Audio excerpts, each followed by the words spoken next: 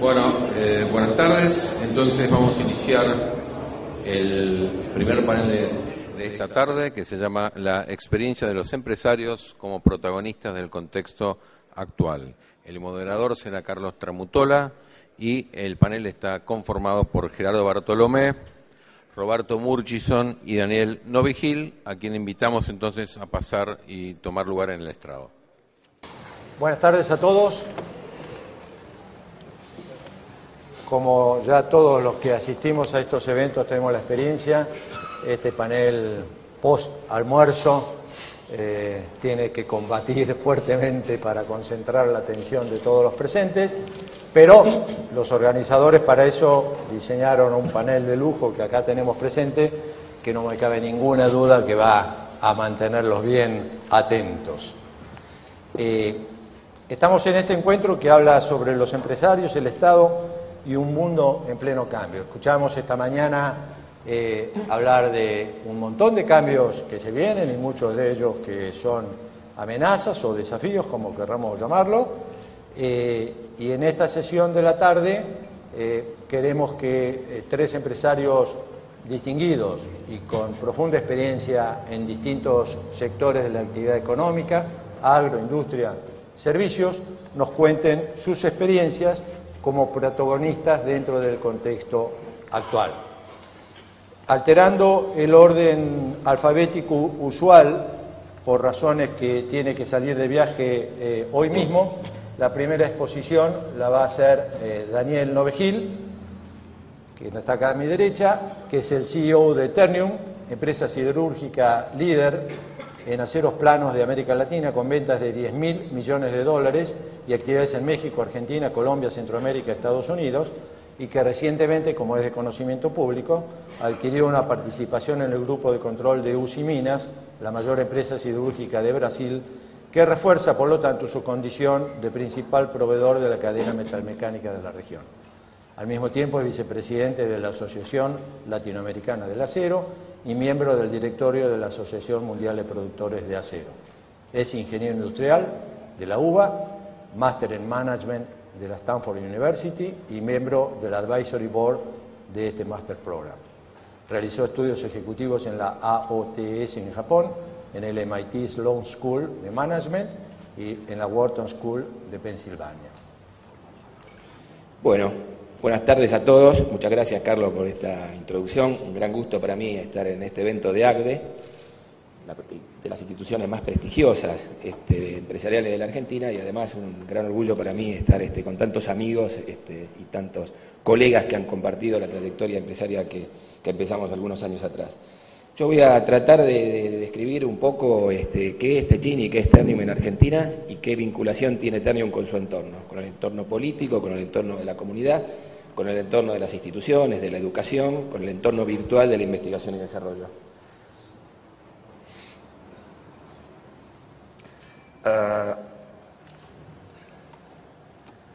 Como mencionaba Carlos, Ternium es hoy el mayor productor de acero de Latinoamérica. Ventas por alrededor de 9.000, 10.000 millones de dólares, emplea 27.000 personas directas e indirectas y tiene plantas industriales en Argentina, en Brasil, en Colombia, en México, en Estados Unidos y en Guatemala. Tiene un nivel de integración muy alto, tenemos minas de mineral de hierro y abastecemos a los clientes finales a través de un network de distribución que llega al retail del acero, cosa que no es demasiado común en las empresas siderúrgicas. El nivel de integración vertical de Ternium es realmente muy intenso. ¿Dónde está Ternium? Ternium está en Latinoamérica. ¿Y por qué en Latinoamérica? Esta es una empresa esencialmente latinoamericana, una empresa gemela de nuestro grupo, una empresa hermana de nuestro grupo, que es la empresa Tenaris, es una empresa global, productora de tubos, líder de producción de tubos sin costura en el mundo. Ternium tiene la pretensión de ser un líder en Latinoamérica. ¿Y por qué quiere ser un líder en Latinoamérica? Porque considera que Latinoamérica, para la producción de acero que hacemos nosotros, tiene las habilidades tecnológicas, tiene las habilidades humanas, tiene la oportunidad de mercado, tiene la masa crítica necesaria para que nosotros nos desarrollemos y podamos crecer eficazmente. Fíjense ustedes en este gráfico, por ejemplo, que la población de América Latina es de 600 millones de habitantes, es superior a la del sudeste asiático. Y es aproximadamente un poco menos de la mitad de la población de China y de India. Sin embargo, su PBI nominal en dólares corrientes per cápita es superior a cualquiera de estas regiones. El PBI per cápita de Latinoamérica en dólares nominales es casi $10.000 de ingreso per cápita por cada latinoamericano. Esto compara con 6.190 de China, $1.570 per cápita de ingreso bruto por persona en India y $4.200 por persona en el sudeste asiático.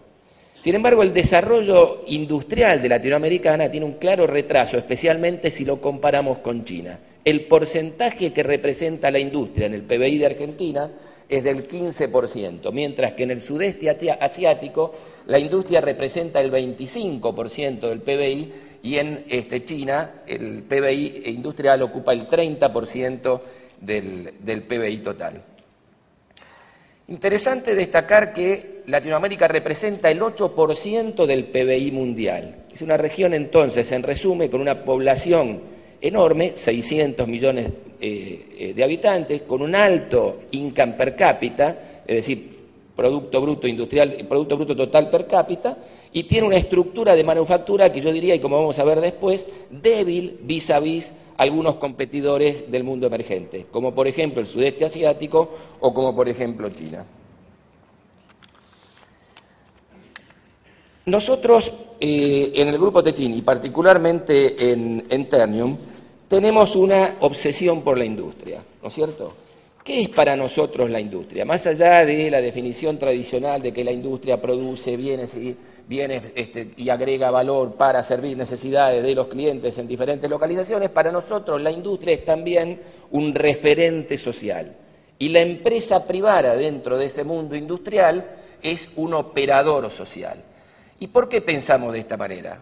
Primero porque la industria favorece la movilidad social, propende a una mejor distribución y más equitativa distribución del ingreso y además consume recursos y demanda recursos de educación muy calificados. El sector industrial tiene un efecto multiplicador muy amplio sobre sectores diversos de la economía, incluidos el sector servicios.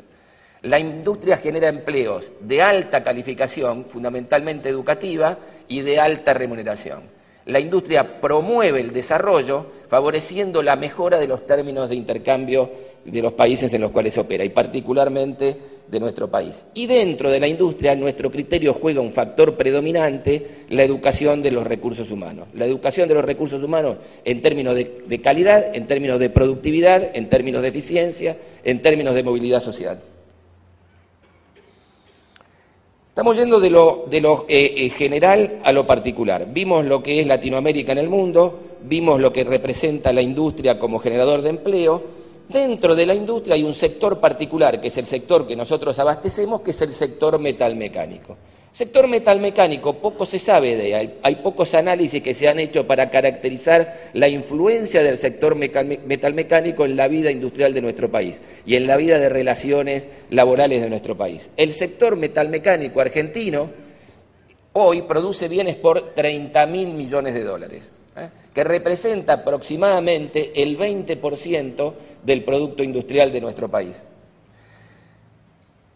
Está integrado el sector metalmecánico argentino por alrededor de 25.000 establecimientos. La gran mayoría de estos establecimientos se caracterizan bajo la denominación microeconómica de pequeñas y medianas empresas. Genera 1.300.000 puestos de trabajo en Argentina y tiene un factor multiplicador de 3. Por cada empleo directo de la industria metalmecánica se generan 3 empleos en las industrias que están alrededor de la metalmecánica argentina, empleos indirectos y empleos inducidos. El sector metalmecánico argentino exporta $13.000 millones por año, el 60% de los cuales son direccionados a Brasil. Ahora, ¿qué influencia tiene o qué correlación existe entre la industria metalmecánica y la educación? Si medimos la educación por la innovación y definimos la innovación como la capacidad de invertir en tecnología, la capacidad de capacitar recursos humanos, la capacidad de gastar en investigación y desarrollo, vemos que la industria metalmecánica argentina tiene mucha más innovación que el promedio de la industria argentina. El promedio de la industria argentina gasta en innovación, nuevamente, definí innovación como inversión en tecnología, research and development y capacitación de los recursos humanos. El total de la industria gasta en innovación alrededor de 1,33% de sus ventas, mientras que la industria automotriz, componente de nuestro sector metalmecánico, gasta 2,6% en innovación respecto a su nivel de ventas. Maquinarias y equipos, 1,96%, otras empresas metalmecánicas, 1,55%. ¿Qué significa esto? Que la industria metalmecánica representa el 40% de la innovación gastada en Argentina o invertida en Argentina por año, sumando todos los sectores de actividad industrial. La industria metalmecánica performea mucho mejor que el promedio de la industria argentina en términos de innovación. Y la innovación incorpora tecnología, incluye inversión e incluye capacitación, que en definitiva es educación. ¿Por qué? Y ahora vamos a entrar en un capítulo de educación. Pero ¿cuál es la vinculación entre innovación y educación? Cuando a mí me piden definir innovación, ¿qué es la innovación? Porque se habla mucho de la capacidad innovadora, la necesidad de mejorar la innovación, la correlación que hay entre innovación e inversión, la correlación que hay entre innovación y crecimiento. ¿Por qué Estados Unidos tiene que abandonar las actividades productivas tradicionales en virtud del desarrollo de actividades innovativas? ¿Qué es la innovación? La innovación es la capacidad de crear valor a través de métodos, metodologías y sistemas diferentes a los actuales para producir bienes semejantes. Complicadísimo. Complicadísimo de acordarse, complicadísimo de repetirlo, complicadísimo de explicarlo. Me acuerdo una vez, y estando acá en ACDE, que es una asociación cristiana dirigente de empresas, que yo estaba en Venezuela. Y en Venezuela voy a misa a la Nunciatura y me quedo a charlar con el nuncio apostólico, que resultó que era argentino, es el que hoy es actualmente cardenal, está en Vaticano, y es Monseñor Sandri. Algunos de ustedes lo deben conocer. Una persona realmente de un nivel intelectual muy alto y una persona muy respetada en los ámbitos católicos. Y me decía, Daniel, mira, yo te he escuchado a vos varias veces acá en Venezuela hablar del tema de la innovación, y la verdad que no entiendo lo que es la innovación. Le digo, mira, te voy a repetir la definición tradicional, que es la que acabo de decirle. Mira, entiendo mucho menos que antes de haberte preguntado, te agradezco muchísimo, pero ¿no tendrás algún ejemplo concreto de innovación para que yo entienda qué es la innovación? Mira, la innovación es hacer las cosas distintas, generar más valor y buscar con ingenio, con creatividad, con ingeniería, soluciones diferentes. Mira, no lo entiendo. Bueno, mira, vamos a hacer una cosa, yo te voy a explicar. Suponete que viene un feligrés y te pregunta si puede fumar mientras reza. ¿Vos qué le vas a contestar? Y que no, que mientras reza tiene que rezar, no puede fumar mientras reza. Bueno, ahora vos pensás que viene el mismo feligrés que se va y regresa y dice, mire, padre, estuve pensando, usted tiene razón, pero ¿qué pasa? ¿Usted me deja rezar mientras fumo? Y dice, sí, por supuesto, vos podés rezar mientras fumás, porque en definitiva, rezar es marquear para la iglesia, y en definitiva yo no puedo dejar y limitarte que vos cuando fumes también hagas ejercicio de rezo, porque eso es bueno para la iglesia católica. Perfecto, bueno, innovar es eso, plantear las preguntas de forma diferente, obtener tal vez el mismo resultado mediante un camino diferente. ¿Cuál es la filosofía del grupo Techin de desarrollo industrial? Me pareció interesante recoger dos citas del ingeniero Agustín Roca, que fue el fundador de nuestro grupo. Esta cita fue de 1978, año de su muerte, en la cual él decía que la organización Techin debe desarrollar obras comunitarias. Él definía el ámbito de actuación de nuestra empresa en los territorios donde nosotros, los territorios geográficos donde nosotros estábamos instalados. Y decía que la acción principal de responsabilidad social de nuestra empresa tenía que ser dedicada al desarrollo de esas comunidades en las cuales nosotros estábamos. Primera definición. Y la segunda es de Pablo Roca, que hoy maneja el grupo Techin y que es su nieto, en la cual dice y enfatiza dos palabras que para nosotros son claves. La industria como foco, la industria como destino, la industria como paradigma de nuestro desarrollo y el compromiso con el desarrollo social que en nuestro criterio está íntimamente vinculado con el desarrollo industrial. ¿Cuáles son los stakeholders de Ternium? Que pueden ser también construirse para el grupo Techin. Cuando me convocan a esta reunión me dicen, bueno, vamos a tratar de hablar de la relación de Ternium con los stakeholders, el Estado, los gobiernos, las comunidades. Bueno, el grupo de stakeholders de Ternium es muy amplio y hay reales y virtuales. ¿Cuáles son estos stakeholders? ¿Cómo definimos nosotros en concreto como ingenieros, donde tratamos de traducir la mayoría de las cosas soft en números concretos, el conjunto de nuestros stakeholders? Nosotros tenemos 27.000 empleados directos e indirectos, nuestro principal stakeholder. Segundo, operamos en 9 países, 34 comunidades concretas, 34 lugares donde tenemos actividades industriales, donde empleamos recursos, agregamos valor, empleamos gente, capacitamos e interactuamos intensamente. Tenemos alrededor de 10.000 clientes en 35 países diferentes, fundamentalmente el foco de nuestra acción es en las Américas.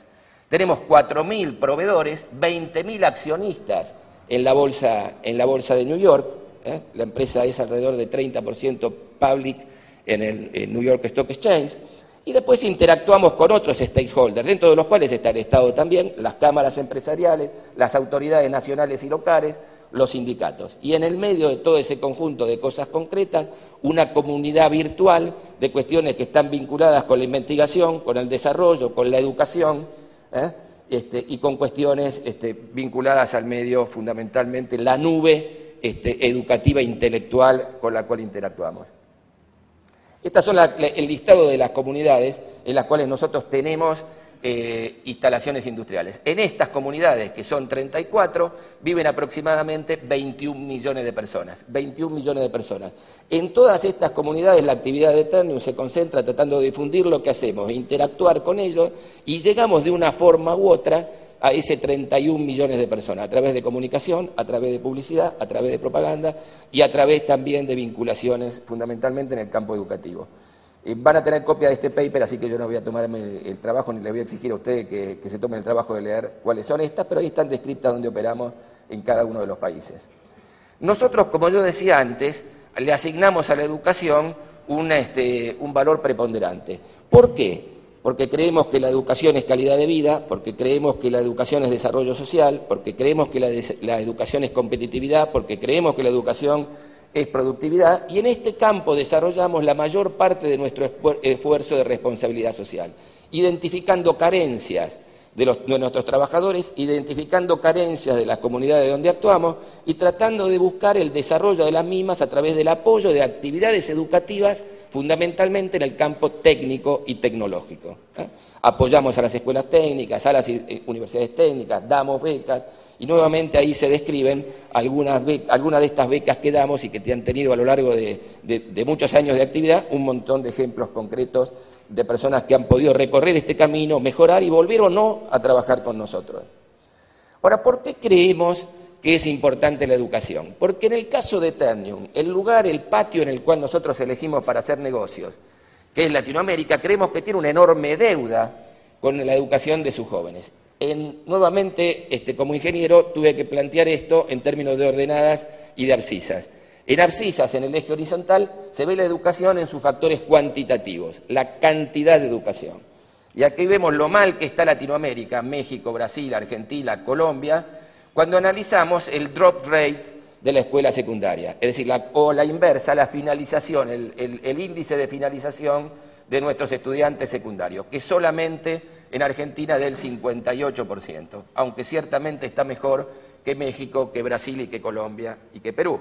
Comparemos estos valores contra Canadá, Italia, Chile, que tiene un mejor indicador que Argentina, Finlandia, Japón, etc. En ejes de ordenadas, en el eje vertical, se observan los factores cualitativos de la educación. Los factores cualitativos se miden en el resultado del test PISA. El resultado del test PISA es un test que se toma 1.500 alumnos tomados al azar, donde se miden habilidades de lectura, habilidades de ciencia, habilidades matemáticas, y se hace un score relativo. Ahí Argentina, lamentablemente, hoy día, este estudio fue hecho en el 2005, se va a actualizar dentro de 2 años, lamentablemente califica bastante peor que México, nuevamente que Chile, está casi igual que Brasil y algo mejor, está peor que Perú y está parecido a Brasil y Colombia, lejos obviamente de los países desarrollados con los cuales en este campo educativo me parece que tendríamos que tratar de vincularnos y tendríamos que tomar como benchmark. En consecuencia, la razón por la cual nosotros dedicamos el esfuerzo a la promoción de la educación es porque creemos que hay una demanda insatisfecha, hay una asignatura pendiente y la educación es base del desarrollo industrial de un país. En definitiva, y para terminar, el Grupo Tequín y Ternium en particular tiene una fuerte vinculación con su entorno. El entorno y los stakeholders se califican en forma muy ampliada, como reales como virtuales. Encontramos en Ternium y en el Grupo Techín fundamentalmente que el campo de acción nuestro está esencialmente volcado al desarrollo industrial de los países en los cuales nosotros actuamos, y particularmente de la Argentina. Ponemos énfasis en programas de educación y en esos programas de educación tratamos de ayudar a los que se ayudan. Por eso premiamos becas a los mejores estudiantes y por eso buscamos los mejores talentos, tanto en recruitment como en desarrollo cuando entra en nuestra empresa, como en la medición de sus resultados en las escuelas externas. Y en definitiva, creemos que todo esto tendría que propender naturalmente a un mejor desarrollo de las actividades sociales de nuestro país. Porque en definitiva nosotros creemos en los procesos, creemos que en definitiva el resultado es una consecuencia, no es una causa, y es la consecuencia de hacer con excelencia el proceso de hacer bien las cosas. Muchas gracias.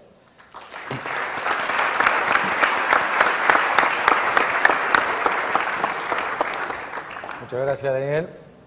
Va a ser ahora el turno entonces de Gerardo Bartolomé, quien es ingeniero agrónomo en la facultad egresado de la Facultad de Agronomía de la UBA, ayudante de trabajos prácticos en la Cátedra de Oleaginosos, coordinador de la Red de Evaluación de Cultivadores de Soja de la CREA, Premio Diario a la Nación 2005 a Empresa Innovadora, Premio Diario Clarín al Desarrollo Tecnológico en Agricultura en el 2011, presidente de la Asociación Argentina para la Protección de las Obtenciones Vegetales, socio fundador y presidente de Don Mario Semillas desde 1982 hasta la fecha.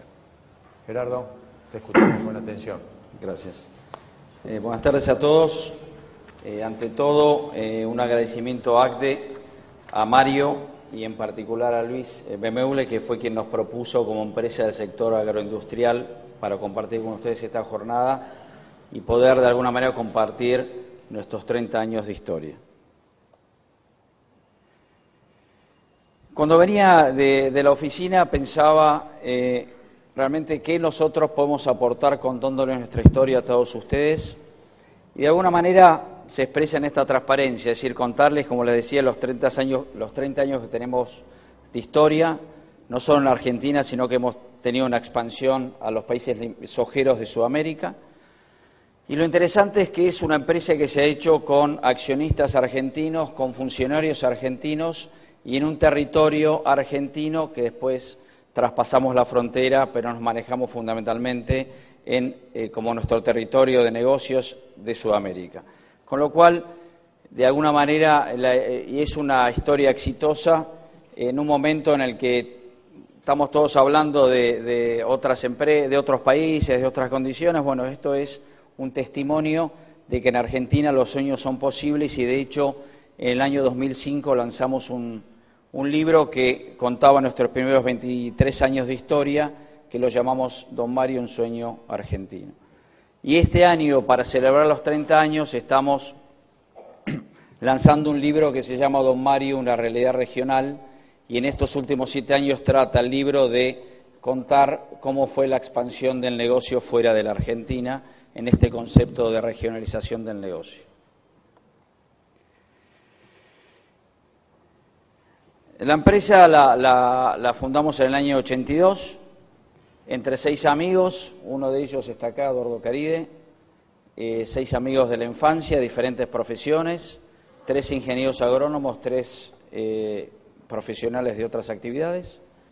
Allá por la década del 80 la soja no tenía la superficie que tiene hoy, se sembraban alrededor de 2 millones de hectáreas contra 18 millones de hectáreas que sembramos hoy en Argentina, con lo cual estamos hablando solo del 10% de la superficie que tiene hoy Argentina en soja. Los cultivos más importantes en ese entonces eran el trigo y el maíz.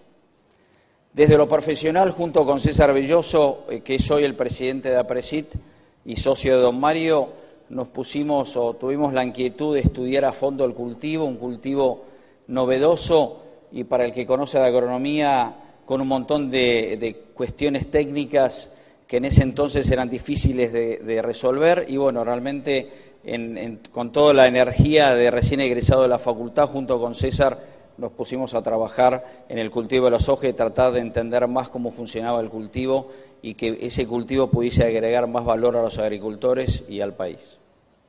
Y por lo tanto creamos esta empresa Don Mario, que primero tuvo un objetivo productivo y al poco tiempo viramos el objetivo y nos propusimos que tenga el foco en proveerle a los agricultores genética de soja de vuelta para poder mejorar la performance de sus cultivos.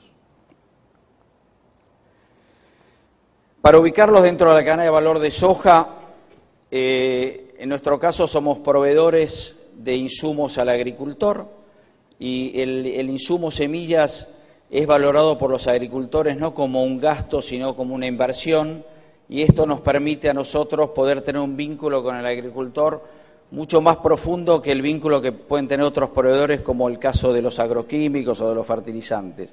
Por alguna manera, la variedad que elige el agricultor es la estructura sobre la cual desarrolla su cultivo y realmente tiene un peso de suma importancia en la definición del rendimiento, y eso nos permitió crear un vínculo con el agricultor muy fuerte y que no solo reconociese en nosotros un proveedor de genética, sino que también reconociese en nosotros un proveedor de conocimiento para lograr mayores rendimientos.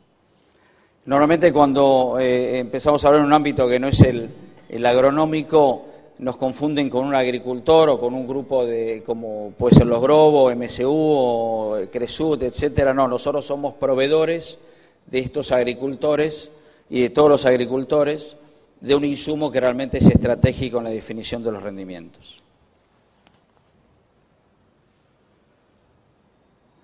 Acá quería compartir con ustedes la visión y nuestros valores, algo que sin duda lo tuvimos desde allá de la década del 80, pero hace 4 o 5 años nos tomamos el trabajo dentro del Comité Ejecutivo de Don Mario de escribirlo y realmente ha sido algo que nos ha ayudado mucho, más que todo en la definición de los negocios y en el foco que ponemos en los negocios. Muchas veces hoy en el día a día de los negocios uno tiende a tomar negocios que no hacen al foco de la empresa y realmente esto realmente nos enfocó no solo los directivos, sino enfocó a todos los colaboradores de Don Mario para tener un foco y un norte bien claro de manera tal que todos estemos trabajando con el mismo objetivo. Cuando aparecían o aparecen negocios diferentes a esta visión, los tratamos de canalizar con otras empresas que tenemos que de repente pueden realmente tomar esos negocios y canalizarlos y estar relacionados a la visión que esas diferentes empresas tienen, que después los voy a compartir con ustedes. Y algo muy importante son los valores, que de vuelta los escribimos, pero sin duda han estado desde el comienzo, desde que los 6 amigos nos propusimos crear una empresa, y esto sí se los voy a nombrar porque creo que hace a la empresa, y esto es lo que nos motiva y el que nos guía para contratar a la gente que entra en la empresa y realmente comparte estos valores, y sin duda, en mi opinión personal, es uno de los grandes factores que hacen el éxito de una empresa, poder compartir los valores. Los valores nuestros que hemos definido son la pasión por el trabajo, la honestidad profesional, la humildad y el respeto, el trabajo en equipo, la calidad y la excelencia, la vocación del servicio y el buen humor. ¿Y por qué el buen humor? Porque realmente en el ámbito laboral compartimos muchas horas, se comparten en momentos del año más horas que en la propia casa, y realmente el buen humor es algo que hace que uno vaya al trabajo con una motivación diferente. Por lo tanto, por eso lo definimos como uno de nuestros valores. Para poner un poco en contexto nuestro negocio, como les decía, somos proveedores de los agricultores. Sudamérica produce, el mundo produce unas 250 millones de toneladas de soja. Sudamérica colabora en un casi 50% de esa producción. El resto del 50% básicamente está en el hemisferio norte, concentrado en los Estados Unidos, que tienen 30% de la producción del mundo, y después India y China, que tienen el otro 20%. Pero Sudamérica realmente es el lugar, si en el mundo uno busca producción de soja, mira a Sudamérica porque contribuye con este 50% de la producción. Y la otra buena noticia de Sudamérica es que es la región del mundo que más fácilmente puede expandir el área sojera, y acá a la vanguardia Brasil, que con mucha facilidad y sin tocar de ningún tipo los recursos naturales de Brasil puede aumentar significativamente el área a producir, juntamente con la mayor productividad por hectárea, que es lo otro que colabora para mejorar la producción total. Argentina colabora con el 20% de la producción mundial, representa el 5% de nuestro PBI y estamos en una producción promedio entre 50 y 55 millones de toneladas, dependiendo de las condiciones ambientales. El año pasado bajamos a 45 o 46 millones de toneladas debido a la condición climática adversa que hubo en todas las zonas sojeras argentinas. Los otros países sojeros sudamericanos son Brasil a la cabeza, 23 millones de hectáreas, segundo Argentina, tercero Paraguay, cuarto Bolivia y por último Uruguay. Ahora quería compartir con ustedes un poco cuáles fueron nuestros hitos más trascendentes en la historia de Don Mario. Primero en el ámbito de Argentina y después vamos a ver en el ámbito regional. Y como les decía, en el 82 comenzamos la actividad. A los 6 años lanzamos nuestra primera variedad, se llamó Don Mario 49. Esto es una calificación en función del ciclo que tienen las variedades. Esto es interesante. En nuestra actividad necesitamos al menos 6 años entre que hacemos un cruzamiento para obtener una variedad y logramos la variedad, con lo cual siempre el desembarco viene a través de la investigación y después se suma la producción y finalmente la comercialización. Siempre tenemos este periodo, 5, 6, 7 años, que de alguna manera también profundiza en la cultura de la empresa. El tratar con la biología nos define también como empresa, nos da una cierta paciencia y una cierta mirada al mediano y largo plazo, porque trabajamos con seres vivos y hay tiempos que no se pueden acortar como si tal vez se puedan acortar en otros tipos de industrias. En el año 92 hicimos un convenio de Richco Cereales. Richco Cereales hoy no existe más, lo continuó Glencore Cereales, es una trader que realmente frente a recursos muy escasos que siempre tuvimos, y más que todo en el comienzo, y con doble de recursos en la plata, que realmente no era nuestro recurso más abundante, esto nos sirvió para apalancarnos en lo financiero y en lo comercial, y realmente agradecemos esa oportunidad con esta empresa porque nos dio un empujón muy, muy fuerte. Esto duró 3 años, pero realmente fue un hito muy importante. Y esto habla también de nuestra voluntad de hacer convenios de colaboración con otras empresas cuando vemos que tenemos alguna limitante. Desde nuestros recursos somos una empresa muy abierta a las alianzas y buscar complementariedad frente a recursos escasos como lo que podemos tener. Y como hito también muy trascendente, año 96 se lanzan las primeras sojas transgénicas en Argentina, que nos dieron realmente un empujón muy, muy importante. Hubo una expansión del área muy fuerte gracias en parte a esta tecnología. Y por último lanzamos una variedad 4800 en el año 2000, que llegó a tener 5 millones de hectáreas, prácticamente más de un 30% del área de soja sembrada en Argentina se sembró con esta variedad que pudimos lanzar nosotros en el año 2000. En el año 2000 nos vino a visitar un acopio de Uruguay, Barraca Erro, de la localidad de Dolores. En Uruguay se sembraban 20.000 hectáreas de soja en ese entonces y nos propone proveerle de genética de soja.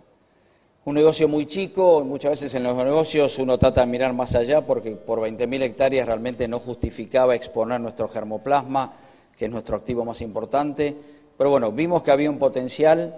Hoy Uruguay siembra 1 millón de hectáreas y nosotros tenemos en Uruguay más del 40% del mercado, con lo cual fue interesante la decisión de poder haber expandido el negocio Uruguay.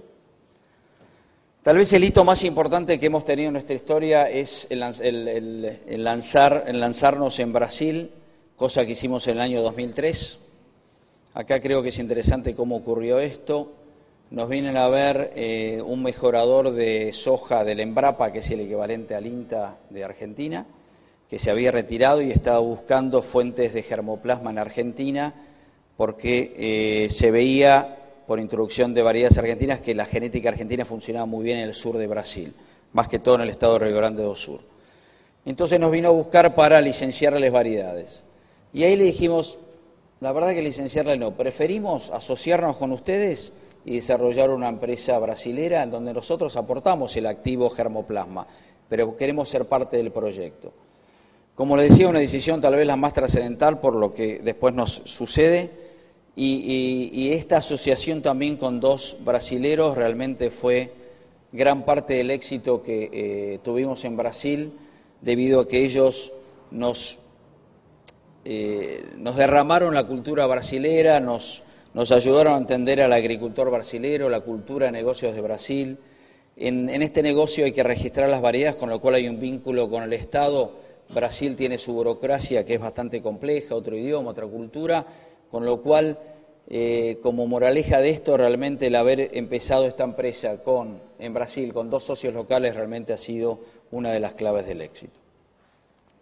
En Bolivia y en Paraguay, dos modelos de negocios diferentes. En el caso de Bolivia tenemos un único distribuidor, es el caso similar al de Uruguay, y en el caso de Paraguay manejamos el negocio desde Argentina con distribuidores locales de Paraguay, como les decía, 3 millones de hectáreas, el tercer país productor.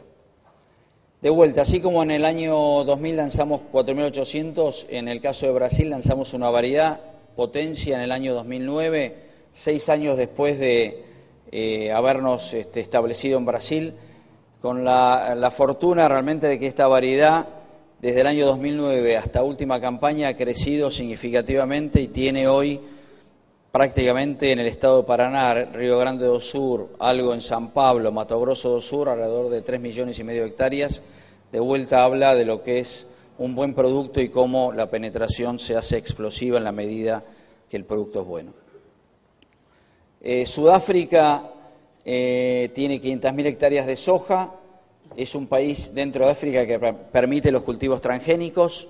Nos pareció interesante como trampolín para los demás países africanos en la medida que África pase a ser un país agrícola con reglas de clara juego y con un respeto a la propiedad intelectual. Nos parecía que desde Sudáfrica podíamos hacer un lanzamiento a África y por eso nos establecimos en el año 2010 y hoy tenemos licencias de genética que realmente están yendo muy bien y de vuelta nos permite estar mirando un continente que seguramente en algún momento va a despegar.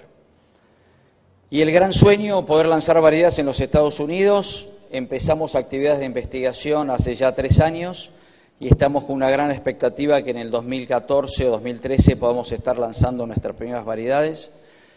Algo que no conté, en los comienzos, en la década del 80, había un flujo de genética desde los Estados Unidos hacia Argentina, porque Estados Unidos es un gran productor agrícola, una gran inversión en mejoramiento, un gran respeto a la propiedad intelectual que hace que haya muchas inversiones.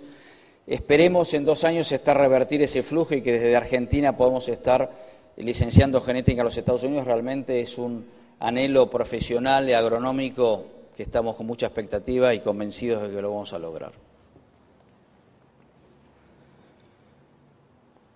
Para darle algunos números, hoy, de allá de cero del año 82, estamos hoy con una facturación de cerca de 200 millones de dólares, para hablar en pesos, cerca de 1.000 millones de pesos.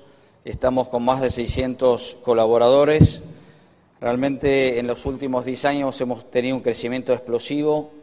¿Por qué ponemos el índice de los empleados? Porque realmente creemos que generar trabajo además es uno de nuestros objetivos más importantes y hoy tener a más de 600 personas trabajando, colaborando con nosotros, realmente nos llena de orgullo.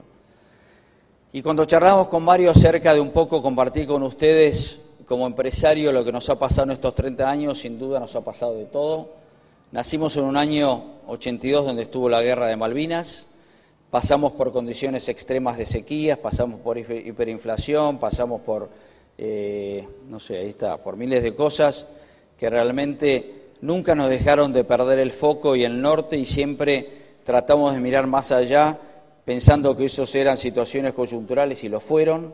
Sin duda es fácil decirlo ahora, hay que vivirlo en ese momento, pero bueno, realmente también lo que nos queda de esto es seguir con el foco, mirar hacia adelante, las cosas se van a solucionar y realmente la empresa trasciende a los gobiernos y ese es nuestro objetivo como empresarios, tratar de que la empresa mire más adelante y pueda subsistir e ir esquivando todos estos escollos que se van presentando. Como le decía, nuestro negocio principal es las semillas. En el caso de semillas, la marca Don Mario es nuestra marca insignia, pero en el caso de Brasil también tenemos una segunda marca que se llama Brasmax.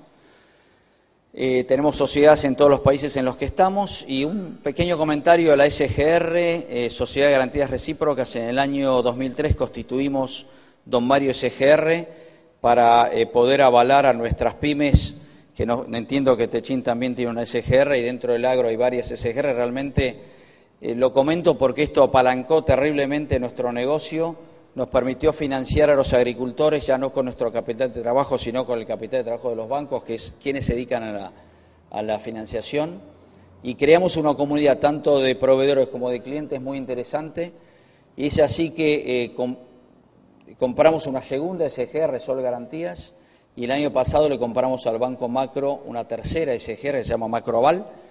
La segunda la fusionamos con Don Mario, estamos operando con 2 SGRs y realmente ha sido un instrumento espectacular, no solo para nuestro beneficio, sino también para el beneficio de proveedores y clientes. Y como fruto de esta definición de claro foco, tenemos otras empresas que tienen negocios relacionados, pero no tienen el negocio de la provisión de genética de soja a los agricultores. Es el caso de Cumagro, una empresa que se dedica a especialidades, a exportar sojas de alto valor. Los Marios, que es un negocio inmobiliario. Tecnosit, que es una empresa que provee servicios de producción de semillas de maíz. Y Forratec, que es una empresa de forrajeras, digamos, de especies forrajeras para alimentación animal.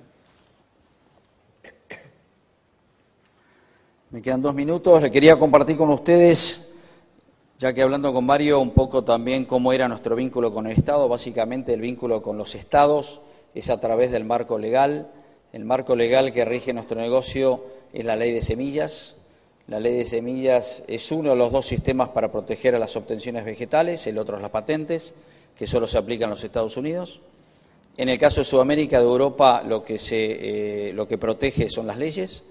Y las leyes tienen 2 excepciones, las leyes de semillas. La excepción del agricultor, que puede guardar semilla para su uso propio, y la excepción del fitomejorador, que puede cruzar variedades del competidor para desarrollar y mejorar sus propias variedades. En Argentina la ley de semillas es del año 73. Nosotros de la Asociación de Semilleros estamos realmente tratando de mostrar la necesidad de ayornar esta ley que tiene más de 40 años y ha cambiado el agricultor, ha cambiado la tecnología, ha cambiado todo y seguimos regidos por una ley que realmente prácticamente no protege las obtenciones vegetales y no crea ese círculo virtuoso de inversión y producto que es lo que nosotros estamos tratando de mostrarles a agricultores, que es lo que hay que generar. En definitiva, los beneficiados van a ser los propios agricultores. Esta es la legalidad en Sudamérica. Las variedades de soja se componen de 2, podemos llamar 2 productos, la genética y los eventos biotecnológicos. Haciendo una analogía con los autos, nosotros fabricamos los autos, pero tomamos los airbags o el ABS de otros proveedores. Así es el caso de los eventos transgénicos, que los proveen ciertas empresas a las que construyen las variedades. Fíjese que Brasil es el que más legalidad tiene, 80% sobre el germoplasma, 95% sobre los eventos transgénicos, y eso ha generado este círculo virtuoso que les comentaba. Hay 4 eventos transgénicos liberados en Brasil, mientras que en Argentina hay solo 2, en los otros 3 países hay solo un evento liberado, que es el que se lanzó en el año 96. Esto siempre lo mencionamos, no solo porque sin duda un marco legal mejor también va a traer beneficios para las empresas proveedoras, pero también estamos convencidos va a traer beneficios para los agricultores, pero es un tema cultural difícil de debatir, a ustedes les debe pasar en otras industrias, en donde la propiedad intelectual es la fuerza impulsora de la compañía y no hay respeto. Bueno, está la complicación de quien usufructa de tecnología sin pagarla. Para ir terminando, esto lo mostramos con mucho orgullo. Este cuadro trata de mostrar que en Sudamérica, como resultado del respeto a la propiedad intelectual, se respeta el 60% del área sembrada y nosotros tenemos un market share del 36%, eso dice que de 1 de cada 3 hectáreas en Sudamérica está sembrada con genética Don Mario, lo cual nos convierte en el primer proveedor de genética de soja en este territorio, lo cual lo decimos con mucho orgullo. Por una empresa de 30 años y Argentina realmente sentimos, y más que todo en Brasil, poder ser líder en Brasil de la producción de genética realmente nos llena de orgullo. Y para terminar, Como le decía al principio, nosotros dividimos la producción de soja hemisferio sur y hemisferio norte. Estamos presentes en todo el hemisferio sur, estamos con expectativa de estar en los Estados Unidos y nuestro también desafío es poder estar en algún momento en la India y en la China. Pero el mayor desafío que tenemos es poder perpetuar la compañía, poder hacer una compañía de 100 años, de 150 años. Hemos sido realmente tentados por varias empresas para comprarnos. La decisión de los accionistas, no digo para siempre, pero hoy decimos que no queremos vender, que queremos seguir siendo una empresa de accionistas argentinos, de funcionarios sudamericanos y poder desde Argentina a Sudamérica competir en un negocio de alta competitividad y seguir siendo, tratar de ser líder en la producción de soja de todos los países agrícolas que siembran soja. Así que bueno, muchas gracias. Muchas gracias.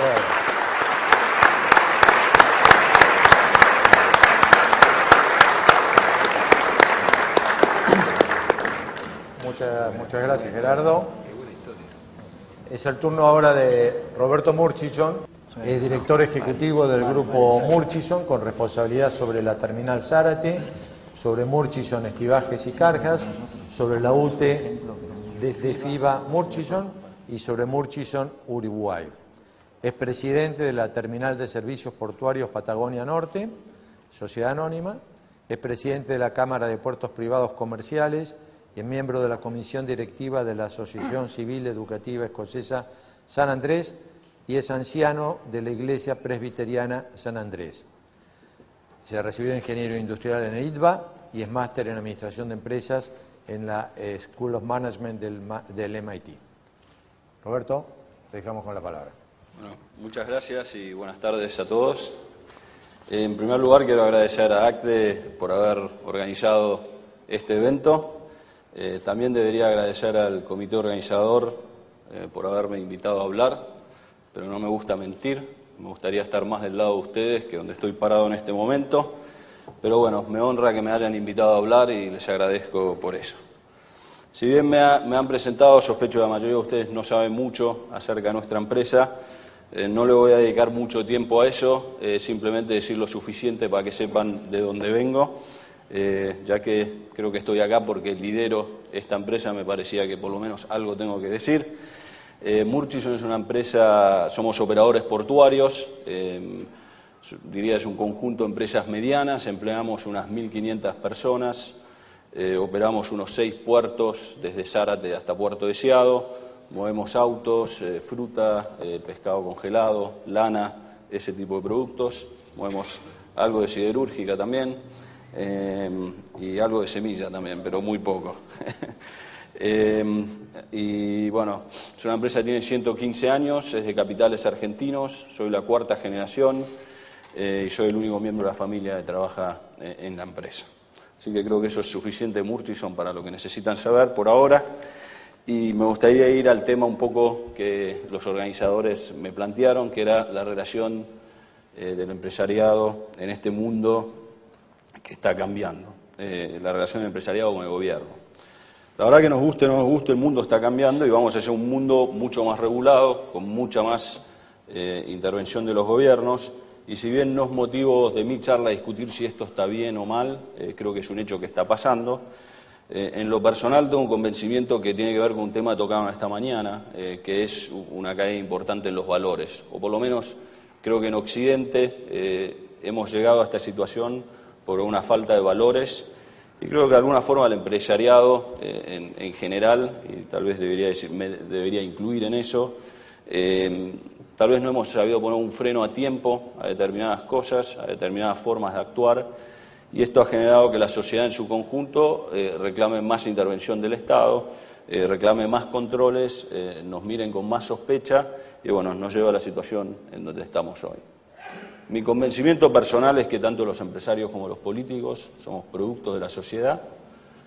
Si la sociedad no tiene un vuelco hacia los valores, mayor intervención del Estado no necesariamente va a cambiar la situación en que estamos. Pero bueno, creo que es motivo de otra charla.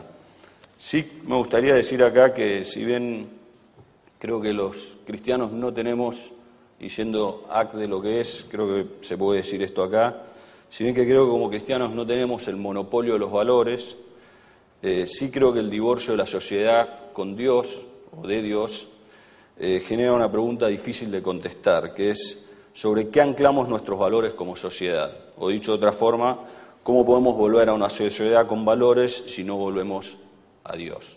En los americanos hay una frase que se llama el síndrome de la flor cortada, que es la flor cuando uno la pone en un arreglo floral, se ve muy linda, pero al no estar arraigada a sus raíces eventualmente se marchita. Creo que nuestro sistema originalmente estaba arraigado en valores muy concretos, judeocristianos, y que bueno, como sociedad le hemos dado un poco la espalda a Dios y estamos sufriendo este síndrome de la flor cortada y se está marchitando. Así que en lo personal, salvo que alguien me convenza de otra cosa, creo que tenemos que dar un vuelco hacia Dios por estas razones como sociedad, aunque sea por una situación cívica, más allá de las creencias. Bueno, es motivo de otro panel, así que no les quiero dar una prédica de esto, simplemente voy a ir al tema que me plantearon los organizadores y yo me planteé dos preguntas en preparar esta charla. ¿Cuál es mi experiencia como empresario en el sector de servicios y de infraestructura en la articulación con el Estado? Y en segundo lugar, ¿qué esperaría de una relación con el gobierno? ¿Está bien? Así que vamos a empezar con la primera pregunta. ¿Cuál ha sido mi experiencia? Y creo que sería fácil, y creo que la mayoría de los que estamos acá, que hemos interactuado con estados, no solo en la Argentina, sino en el mundo, podemos tener un sinnúmero de problemas que tienen los estados como entes eficientes de control. Pero antes compartiría un versículo con ustedes que a mí me ayudó a poner esto en perspectiva y a cambiar la forma de verlo. Es el Evangelio de Lucas 6:42, dice: ¿cómo puedes decirle a tu hermano, déjame sacarte la astilla del ojo, cuando tú mismo no te das cuenta de la viga en el tuyo? Hipócrita, saca primero la viga de tu propio ojo, y entonces verás con claridad para sacar la astilla del ojo de tu hermano. Así que yo la verdad que me puse a pensar en mi relación con el Estado y dije, me voy a parar del lado empresariado y compartir con ustedes las vigas que encontré en mi ojo cuando traté de interactuar con los gobiernos, principalmente municipales, pero también provinciales y en algunos casos nacionales. Así que hoy mi expectativa es compartir simplemente las falencias que vi en mí que no ayudaron en esa relación con el gobierno. Van 5 lecciones. La primera: en nuestra cultura argentina, recurrir a la justicia para dirimir un conflicto es considerado un agravio personal, o puede ser considerado un agravio personal, y no es visto como una solución objetiva a un conflicto. Y va una anécdota. Hace un par de años, un municipio en donde operamos decidió poner una tasa de transporte, cobrarle 2 litros de gasoil a los camiones que entraban al municipio. Y a nosotros como puerto dijeron, bueno, ustedes tienen que hacer de ente recaudador. Bueno, el problema es que muchos transportistas válidamente, importadores y exportadores, que son los que contratan el transporte, dicen, bueno, mira, esto es ilegal o no corresponde. Y por otro lado, nuestros abogados dicen, mira, vos no sos ente recaudador del municipio, así que tampoco corresponde. Y esto siguió como por 2 años, con lo cual yo empecé a generar un pasivo, porque si algún día alguien decía que sí correspondía, yo tendría que haber recaudado esos 2 litros por camión, y créanme, pasan bastantes camiones. Así que eventualmente me senté con el intendente y le dije, mira, para mí lo más fácil es, yo voy a un juez, y si el juez dice que corresponde y que yo tengo que ser recaudador, yo recaudo y te doy la plata, porque en el fondo estaba de acuerdo en la recaudación plata para arreglar los caminos. Y si el juez dice que no, yo le pongo un fin a mi pasivo y no, esto no se sigue creciendo. Me pareció bastante lógico, digamos. El intendente asintió y yo dije, bueno, habrá estado de acuerdo, digamos. Entonces procedí y bueno, fue una mala decisión. No voy a entrar en los detalles de los problemas que tuve, pero entre otras cosas no pude hacer más obras en el municipio, no pudimos expandir la planta, un montón de temas, digamos.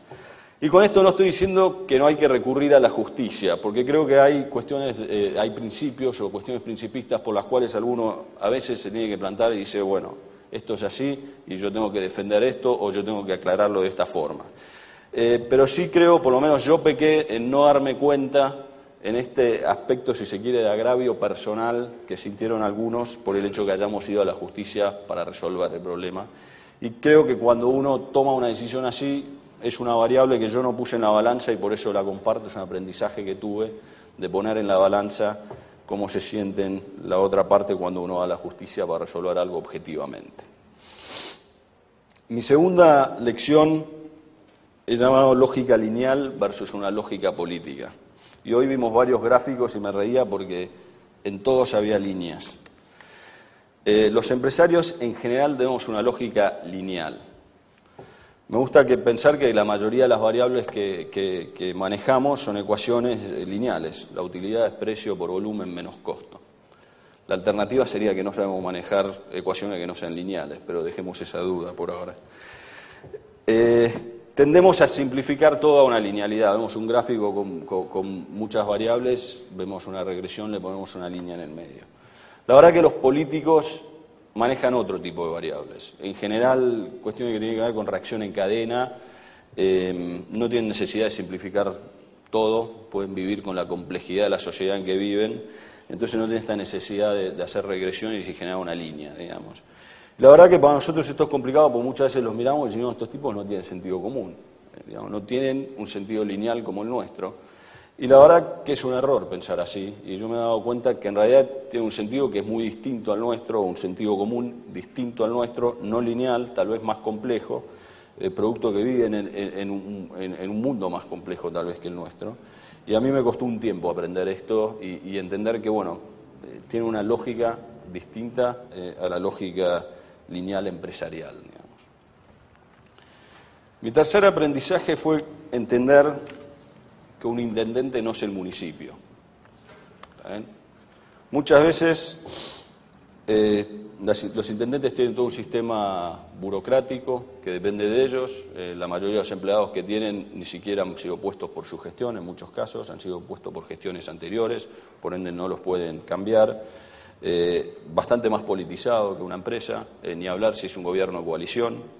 Y bueno, nosotros que a veces manejamos empresas, nos damos cuenta que no siempre se hacen las cosas que decimos y no siempre ocurren las cosas que queremos en nuestras empresas. A veces pecamos de pensar que el municipio actúa como piensa el intendente y que si el intendente dice A, el municipio hace A. La verdad que mi experiencia no ha sido así y muchas veces me he encontrado que a pesar de estar de acuerdo con el intendente, los mandos medios, la burocracia, las aprobaciones, se esconden las cosas, se mueven. Y bueno, la verdad es un organismo, es como cualquier empresa en donde no es totalmente monolítica la forma de actuar del municipio a la del intendente, digamos. Mi cuarta lección ha sido que los gremios son buenos embajadores del sector. En ciertas ocasiones creo que los gremios son mucho mejor que los empresarios en hacerle entender al gobierno la importancia de un sector.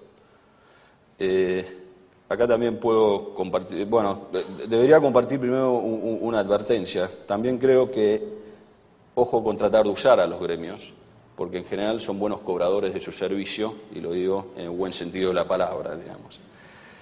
Tuve una experiencia también hace unos años en la provincia de Buenos Aires, quisieron poner ingresos brutos a los puertos, en donde no solo se cobraba una alícuota, como se cobra ingresos brutos sobre la facturación, sino también por tonelada. Era una alícuota por facturación y otra por tonelada.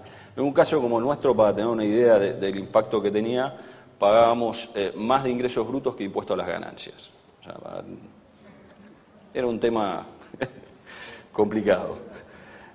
La verdad también tengo que decir que la provincia tuvo muy buena voluntad en escuchar el problema, ¿no? No es que lo pasó, lo reglamentó y se desentendió del tema, sino que hubo bastante preocupación por el ministro de Producción en ese momento y demás.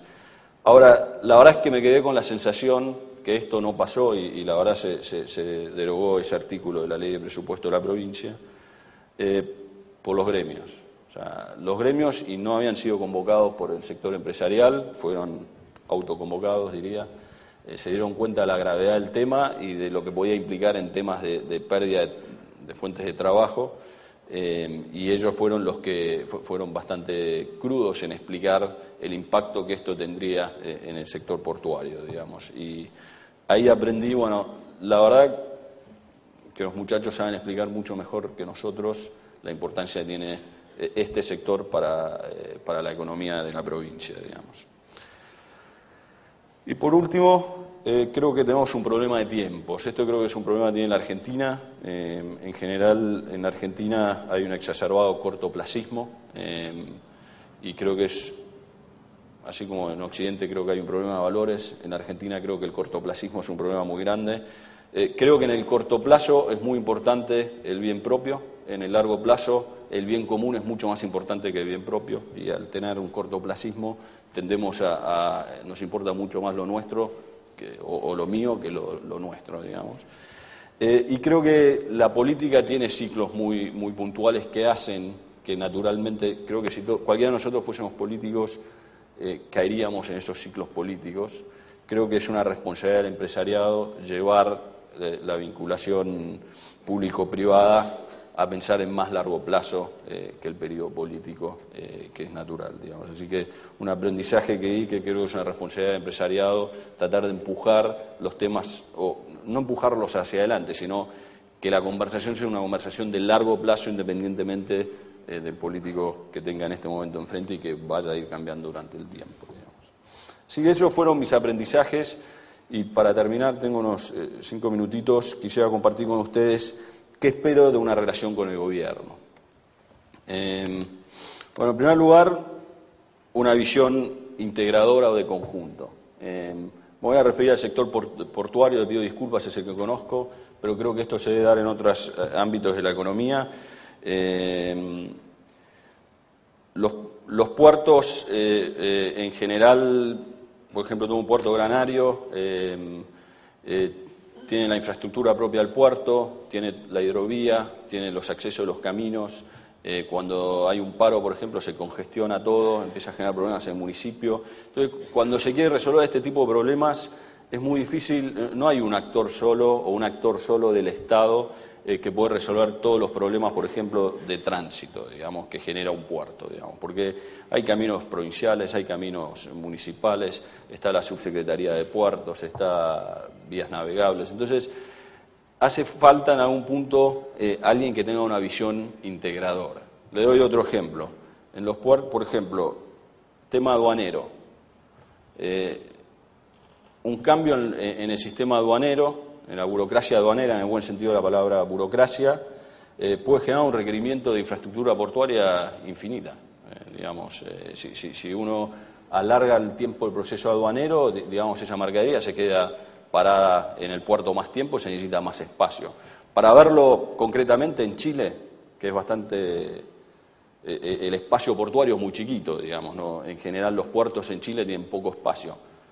Nacionalizan a bordo, no nacionalizan un depósito fiscal como en Argentina. O sea, hay temas que se pueden hacer desde la burocracia que tienen un impacto directo en cuánto invertimos en infraestructura como país. Ese es el punto, digamos.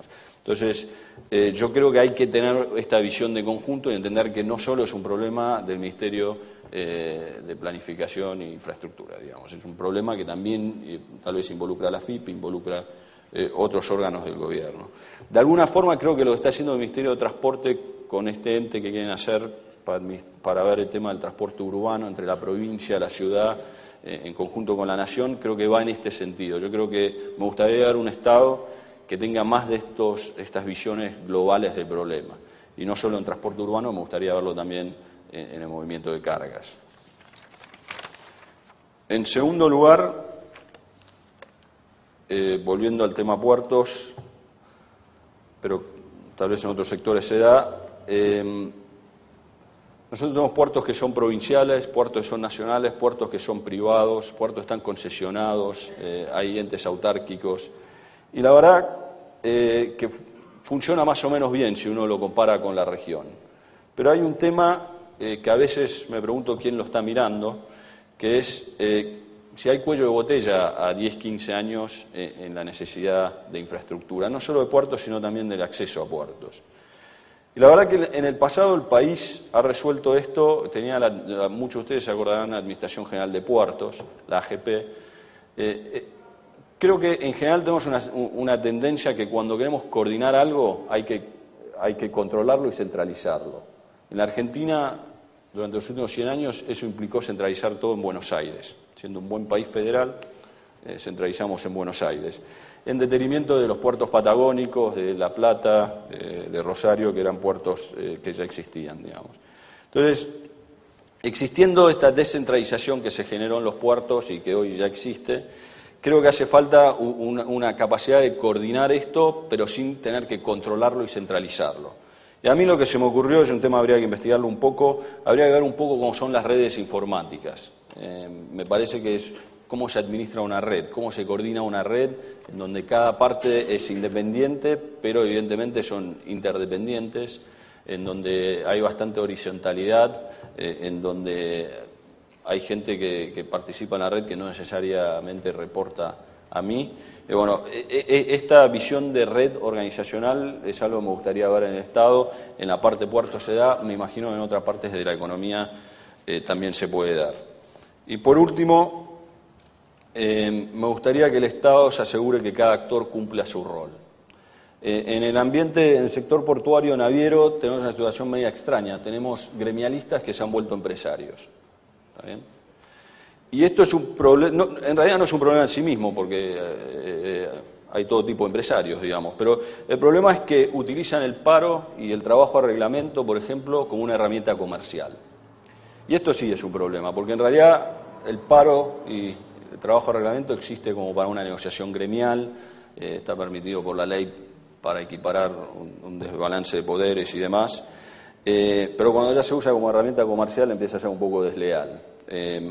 Así que yo lo que esperaría del Estado es que, bueno, que se asegure que cada actor cumpla su función, que los gremialistas se dediquen a cuidar los intereses de los trabajadores, que los empresarios se dediquen a asumir el riesgo de la inversión y a generar trabajo, y que el ente fiscalizador sea el Estado, digamos. Así que este sería el tercer punto.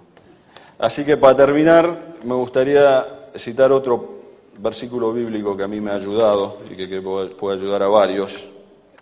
Proverbios 29, el 25-26, dice: temer a los hombres resulta una trampa, pero el que confía en el Señor sale bien liberado. Muchos buscan el favor del gobernante, pero la sentencia del hombre la dicta el Señor. Así que bueno, muchas gracias y ahora vamos a las preguntas.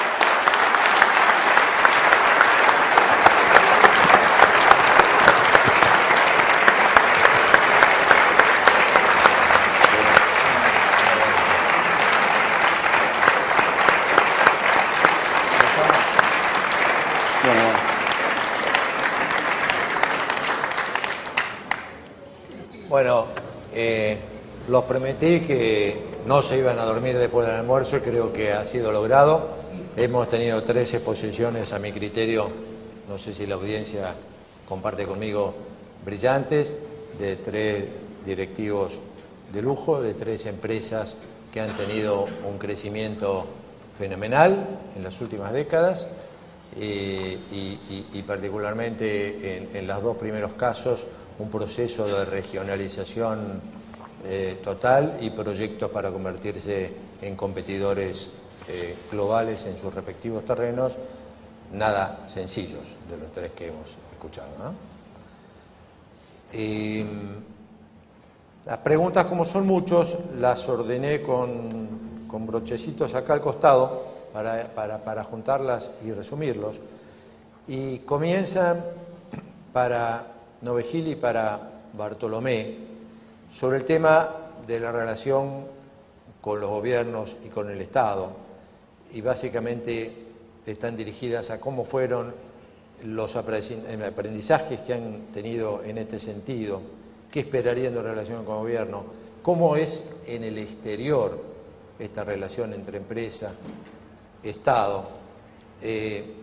Una gracia que la cito por acá, si también en el exterior se admite maltrato por parte de funcionarios del Estado, etcétera. Pero diría que este es un concepto general que nos interesaría, me parece, o le interesa a la audiencia, de ustedes dos, cómo han vivido esta experiencia en los relacionamientos con el Estado, que ustedes han citado. Gerardo, hablaste de la burocracia brasileña, vos hablaste de la experiencia también en Brasil o en otros países. ¿Comenzás, Daniel, con esta idea? Bueno, primero me parece relevante dividir, porque gobierno y Estado se confunden en la misma cosa y son dos cosas muy distintas. Y se confunde en algunos países donde la calidad de las instituciones es baja. La confusión es directamente proporcional a la debilidad de las instituciones y a la debilidad de los sistemas jurídicos. Yo no creo que Francia sea muy diferente con Sarkozy como Hollande. Tampoco vi a Chile ser muy diferente con Michelet que con Piñera, con algunos tintes a lo mejor distintos. Sin embargo, es muy diferente Venezuela con Chávez o con Caldera. Y es muy diferente, o puede ser muy diferente ahora próximamente, en los primeros días de julio, México con Peña Nieto o con López Obrador. En consecuencia, me parece que lo que tenemos que discutir los empresarios es de qué manera podemos ayudar a diferenciar precisamente esos dos roles y esas dos cuestiones que para mí no tienen mucha vinculación, y lo ideal sería que la vinculación sea lo menos estrecha posible. La forma de fortalecer esos procesos es propender a fortalecer las instituciones, la calidad de los sistemas educativos, de los sistemas jurídicos, de las instituciones y la calidad del poder político, por un lado. Yo tuve experiencias distintas en diferentes lugares. Fui el primer presidente privado decidor en la administración de Chávez y fuimos expropiados en Venezuela. ¿Eras presidente? Era presidente. No, fui el primer presidente privado decidor en Venezuela del 98 al 2001. Como presidente decidor, luego vine a la Argentina y manejaba como parte del conglomerado Ternium la actividad de Venezuela, que fue expropiada en el 2008. Y en ese caso tuve relaciones muy intensas con el Estado. Cuando vos vas a preguntar cuáles son las relaciones de las empresas con el Estado, nuevamente hay que ver cuáles son las relaciones de las empresas con los gobiernos. Porque, por ejemplo, el que es representante en un directorio cuando el Estado tiene participación son miembros de un gobierno, no de un Estado, desgraciadamente. Y en consecuencia las vinculaciones ahí se confunden nuevamente. Me parece que se pueden describir situaciones distintas de acuerdo a la coyuntura de cada país. Me parece que lo primordial es mirar positivamente la cuestión y pensar que las empresas que operamos en los estados tenemos que ser respetuosas de la ley, tenemos que propender al desarrollo social de nuestros países, tenemos intereses comunes con el Estado y podemos tener intereses diferentes con los gobiernos dependiendo de las coyunturas. Gerardo, ¿te parece? No, yo complementar un poco con lo que decía en la presentación, de que en nuestro negocio, nuestro producto hay que registrarlo en los diferentes estados, porque la ley de semillas determina que las variedades se tienen que registrar y una vez registradas se pueden comercializar. Ese vínculo con el Estado en el registro de las variedades, yo diría que en general funciona bien, no solo en Argentina, sino en el resto de los otros 4 países sudamericanos. El problema es posterior a cuando nos dan el título de propiedad de la obtención vegetal, es decir, el enforcement y realmente lo que hace el Estado para ayudar o para proteger esos desarrollos intelectuales es donde está la falencia. Y bueno, ahí hay diferentes, yo diría, en un contexto de Sudamérica que está embarcado en el mismo concepto de protección, hay diferentes países que funcionan mejor. Uruguay, por ejemplo, funciona muy bien, tal vez porque la escala, tal vez porque tiene una cultura algo más propensa al respeto a la propiedad intelectual, pero la problemática es general, es decir, funciona bien el vínculo en el registro, después funciona mal cuando tenemos que ir a defender los derechos que el mismo Estado nos dio. Y si lo comparamos, mostraba contra otro régimen de protección como son las patentes, bueno, después también está el tema de hacer respetar a las patentes. En el caso de los Estados Unidos es un modelo realmente que funciona muy bien, es discutido, pero desde el punto de vista de la propiedad intelectual y de las inversiones que generan ese marco legal, sin duda alguna es exitoso. Así que yo diría que el vínculo es bueno con el Estado, con los gobiernos va cambiando según los colores de los gobiernos, pero sí, sobre ahí nada más. Siguiendo, profundizando, y te invito a meterte también en este diálogo, porque realmente estamos en el panel de los empresarios tratando de responder a estos cambios, o cómo ven ustedes estos cambios que se están produciendo en el mundo, pero como los cambios que han citado los que expusieron sobre la situación política en el mundo y demás están un poco ajenas a nuestro accionar, en cambio sí está más cercano esto que estamos llamando la articulación con los gobiernos, preferís, con los gobiernos. Entonces, por ejemplo, alguien pregunta, ¿es la lógica del mundo empresario más lineal que la del sector gobierno, como lo exponía vos, Roberto, me parece? ¿O es que los empresarios no pueden influir y eficientizar con sus capacidades al Estado? Porque esto es, digo, tratando de profundizar en la pregunta, ¿no? Muchas veces la frustración del empresario, que sabe que él, en su límite de acción, puede actuar, tomar decisiones que cree que son eficientes. Cuando llega a la oficina, se tropieza con un montón de dificultades que lo hacen ver como ineficientes. Esto, lo que siente, ¿qué pasa si este mundo efectivamente va hacia un Estado que interviene más, por las disparidades que se han creado, por la forma en que se ha generado la globalización, por todo lo que ya fue explicado? ¿Qué pasa? ¿Cómo sienten esto? No, solo un comentario. Yo ahí, digamos, el Estado es el Estado y es el que pone las reglas. Creo que los empresarios lo que pedimos es previsibilidad, es decir, saber que las reglas son claras, que existen y bueno, que uno se maneja dentro de ese marco que fija el Estado. Yo creo que eso es, desde mi punto de vista, algo que como empresario le pido al Estado, que sea previsible y que no esté cambiando todos los días la regla de juego, porque sí, el partido se complica para jugarlo. Ajá. Esa sería la condición. Yo la condición que diría, otra cosa uno no puede pedir, porque sin duda vas a ir en beneficio de tu propia empresa y de tu propio sector, pero la previsibilidad creo que es algo que es como en un partido de fútbol o de lo que sea, las reglas claras. Más o menos, ¿no? Ah, bueno, depende de qué país. Roberto, antes de... No, yo simplemente lo que iba a decir es que me parece que como sociedad la ineficiencia no la podemos aceptar en ningún lado, ni en el Estado ni en las empresas privadas. O sea, lo que yo estaba tratando de hacer un punto es que aún en un Estado eficiente o en un municipio eficiente uno puede no entender las decisiones que toman. Y esto es lo que yo decía, yo encontré en mi caso que muchas veces tenía una lógica distinta al interlocutor que tenía del otro lado y no tenía nada que ver con que era eficiente o ineficiente. Digamos. Yo creo que la ineficiencia,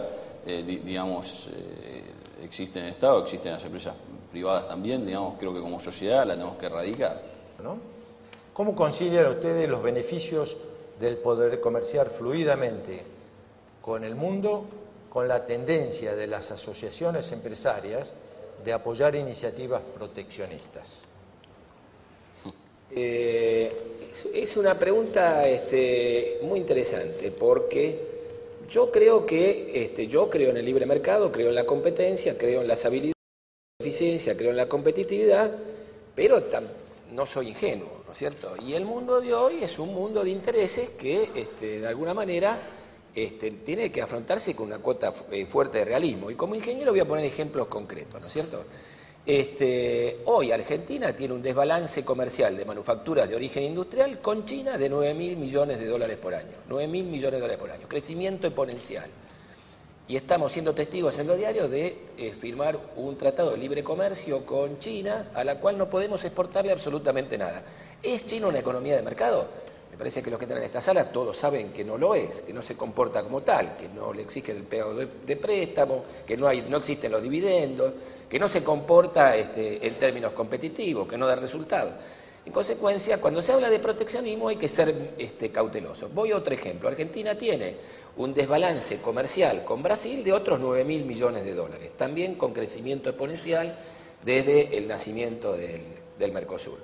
Y me parece que estas cuestiones son cuestiones que tienen que ser analizadas por los estados y ser adecuadamente tratadas, sin un criterio proteccionista, sino con un criterio realista de abandonar la ingenuidad y dejar que los empresarios locales compitan en un level playing field, como dicen los americanos. Ahora, ¿cuál es el gran problema de la Argentina en términos de competencia cuando hablamos de mercados y demás? La inversión. El gran problema de la Argentina industrial, el gran problema de la Argentina en desarrollo es la falta de inversión.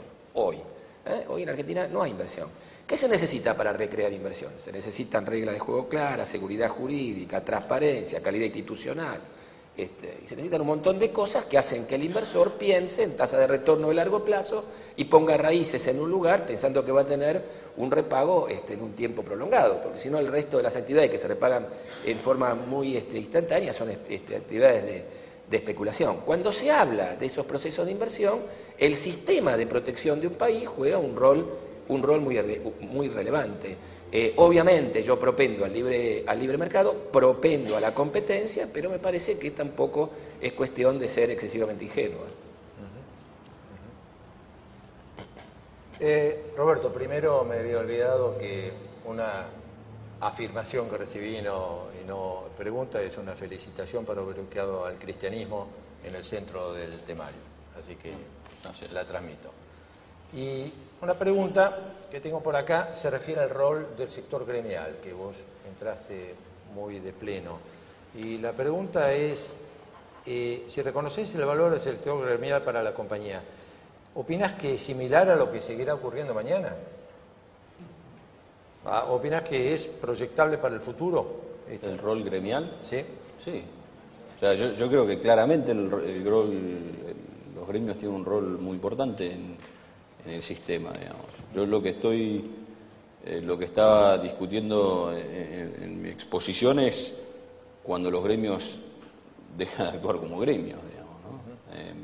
Pero por supuesto que entendiendo el gremio, el rol gremial como la defensa de los intereses de los trabajadores, por supuesto me parece muy importante, no solo para la empresa, también para la sociedad, ¿no? Me parece que la pregunta se refería al rol que vos diste de los gremios, inclusive en defensa de los intereses de la empresa, atendiendo a la sobrevivencia de la empresa, ¿no? Sí, más de la empresa yo creo que del sector. Sí, o sea, me parece que el gremio, me parece que yo lo he visto actuar, o por lo menos para mí fue muy útil cuando el gremio defendió al sector. Tenía que pensarlo si es adecuado que el gremio esté defendiendo a la empresa, digamos, ¿no? Bueno, porque hay otras empresas del sector y el gremio no tiene que tomar partido, digamos. Estoy hablando cuando el gremio representa o defiende al sector o explica al gobierno el rol productivo que tiene el sector, digamos. Gerardo, ¿qué opinión te merece el tema regalías por la comercialización de soja a los productores en Argentina? ¿Cómo es el negocio en el exterior? Esto se debe referir en Argentina y Uruguay tiene un sistema algo diferente al de Brasil, Paraguay y Bolivia. En la ley de semillas existe la excepción del agricultor, es decir, el agricultor puede guardar semilla producida por él mismo, y así lo dice la ley. Lo que no dice la ley es si eso es gratuito u oneroso. Nosotros de la industria entendemos que eso es oneroso, es decir, tiene el derecho a guardar, pero tiene que pagar por usufructuar de ese desarrollo tecnológico. En Argentina se estableció un sistema que lo llamamos sistema de regalías extendidas, que es que se le cobra al agricultor o al obtentor de la variedad, le da el permiso para guardarse semilla, pero le cobra una regalía contra ese uso.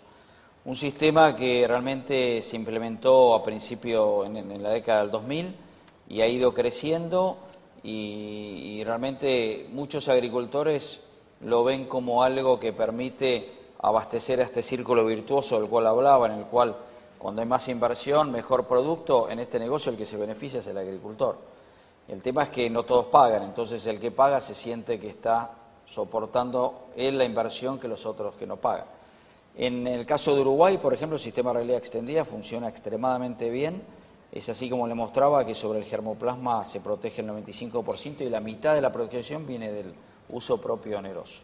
Nosotros estamos convencidos de que, porque hay una cultura a guardar semilla, nosotros estamos de acuerdo con que el agricultor haga uso propio, pero pagando lo que ha desarrollado otro. Te voy a explotar un poquito más. Hablaste de la ley de semillas del año 1973. Exacto. Lo que preguntan es, ¿esta no actualización a qué puede obedecer? ¿A la falta de interés del Estado, nacional o provinciales, o a la competencia desleal representada por alguien? Sí, yo creo que en esto soy crítico. Acá los jugadores son los agricultores, el Estado y las empresas proveedoras de tecnología.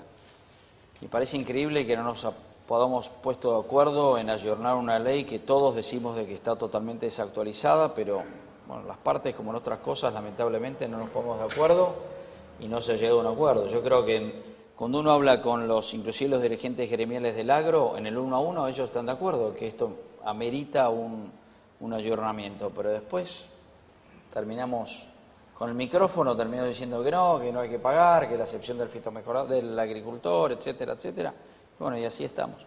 Es decir, que el motivo creo que definitivamente es un tema cultural, de que no nos hemos sentado seriamente los actores de este negocio a solucionar un problema que no es difícil de solucionar y que crea valor para todos, digamos, y que ese valor se puede repartir perfectamente entre los actores de esta cadena. Roberto, ¿qué pasos podemos dar en el sector privado para iniciar procesos de coordinación de cadenas como el que pedís para el transporte de carga?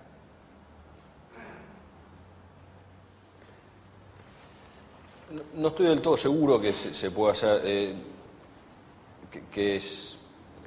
se puede liderar desde el sector privado, digamos. Me parece que en la carga hay temas que escapan un poco al sector privado, o sea, está todo el tema del manejo de camiones y la implicancia gremial que eso tiene, versus el tema ferrocarril y las concesiones y cómo se han dado esas concesiones. Con lo cual yo creo que el sector privado claramente tiene que ser un actor en esa mesa y discutir y aportar. Me parece que tiene que ser una mesa coordinada por el Estado, que tiene que incluir al empresariado, tiene que incluir a los gremios también. Y yo creo que el aporte que puede hacer el Estado es aportar know-how, aportar ideas a esa mesa, pero no creo que el empresariado no debería liderar esa mesa. Perfecto. Me parece que ese es el rol del Estado. Bueno, paso a las dos últimas preguntas, una para Daniel y otra para Gerardo. Daniel, ¿cuál podría ser en síntesis el secreto de la industria siderúrgica que has descrito, de raíz argentina y diversificación regional, para seguir sobreviviendo en un mundo en el cual han desaparecido o han sido adquiridas muchas compañías de gran porte internacional, vamos a decir, que no han podido seguir su curso como lo sigue Ternium, ¿no? Sí. Mira, la nuestra es un grupo que rompe el paradigma de las ventajas comparativas. Yo creo que la Argentina, a priori, en ningún análisis de McKinsey o de BCG podía ser un productor eficiente de tubos sin costura. Y sin embargo es el productor de tubos sin costura número 1 del mundo, a priori. Y me parece que tampoco en ningún análisis eficiente, ninguna consultora que analice con los diagramas de Porter las vinculaciones de las empresas con su entorno podía decir que nosotros desde Argentina podíamos nacer en la Argentina y hacer una empresa siderúrgica que es líder de Latinoamérica. Ese paradigma de las ventajas comparativas me parece que se muere en beneficio del paradigma de la excelencia de los recursos humanos y que está basada fundamentalmente en la educación, en el compromiso, en la pasión, en el esfuerzo, en la tenacidad, en valores que yo creo que en la Argentina existen y que tendrían que ser exacerbados. Yo creo que los ejemplos de las empresas que estamos viendo hoy son ejemplos que traducen y que canalizan y que catalizan esos valores, los valores de la persistencia, de la tenacidad, del esfuerzo, de la pasión, del compromiso, de la educación y en definitiva de la excelencia y creer que los procesos son los que prevalecen y que los resultados son consecuencias de hacer las cosas bien. Me parece que en este mundo actual de siderurgia nosotros tenemos claramente un destino de crecimiento. Me parece que los fenómenos globales que vos describías en siderurgia también están empezando a ponerse en duda y esos grandes gigantes mundiales sin grandes sinergias entre sus aplicaciones regionales están empezando a tener en términos por lo menos de market cap un decrecimiento muy fuerte en beneficio de empresas con raigambre, con raíces regionales donde pueden construir ventajas competitivas muy fuertes. Así que yo veo en mi negocio en particular que la globalización va a ir cayendo en beneficio de la regionalización de las empresas. Y en ese caso nosotros siendo líderes en Latinoamérica, que es un lugar elegido, me parece que vamos a tener un destino interesante. Esta pregunta estaba para Daniel, pero me atrevo a extenderte la voz porque me parece que es muy parecido al caso o me equivoco. No, y coincido 100% con Daniel. Yo diría que nuestro éxito yo lo fundamento básicamente en el recurso humano. Creo que el recurso humano argentino es un recurso muy creativo, de mucha profesionalidad, de buena formación académica y en nuestro caso claramente el éxito ha venido por ahí. En definitiva, en todos los negocios la gente es lo que diferencia y coincido que... ¿Y la última parte, regional? No, y lo regional también, 100%, que creo que... Recién escuchaba atentamente lo de Daniel, sí. Creo que puede haber una especialización regional que uno puede... ¿Por qué? Porque conoce la idiosincrasia, la cultura, es de esa zona, con lo cual hay una ventaja competitiva frente a una empresa que es más de todo el mundo, digamos. Coincido. Y de hecho, nosotros estamos también enfocando eso, digamos. Sobre el 50% del área mundial de soja, nuestros esfuerzos están en Sudamérica. Tratando de expandir a otros países porque también necesitamos la masa crítica de negocios para poder seguir siendo competitivos en la investigación. Entonces, de alguna manera uno le pregunta por qué uno crece. Y la verdad que uno crece para darle más oportunidades a su propia gente, que la gente vea que el techo profesional, económico es más alto y eso crea mayor valor en la gente, ¿no? La última pregunta que había prometido para vos es bastante íntima. ¿Cuáles son los temas que están al tope de las prioridades en el manejo de su empresa? ¿Cómo ocupa su tiempo? ¿En qué temas? Muy buena pregunta. Lo primero que más ocupo es en el recurso humano. Sin duda, cuando se va una persona de nuestra empresa o de alguna de las empresas, yo en lo personal me preocupo porque creo que hicimos algo mal, o lo elegimos mal, o la persona no se sintió con desarrollo. Así que realmente el recurso humano, sin duda alguna, es la que más tiempo me lleva. Y lo otro, lograr resultados para la compañía, que es lo que crea el beneficio de los accionistas, de los propios funcionarios y de la comunidad, digamos. Diría que repartiría mis nervios entre el recurso humano y el resultado de la compañía. Buenísimo. Señores, creo que hemos explotado suficiente a los tres panelistas. Muchas gracias. Gracias a los tres.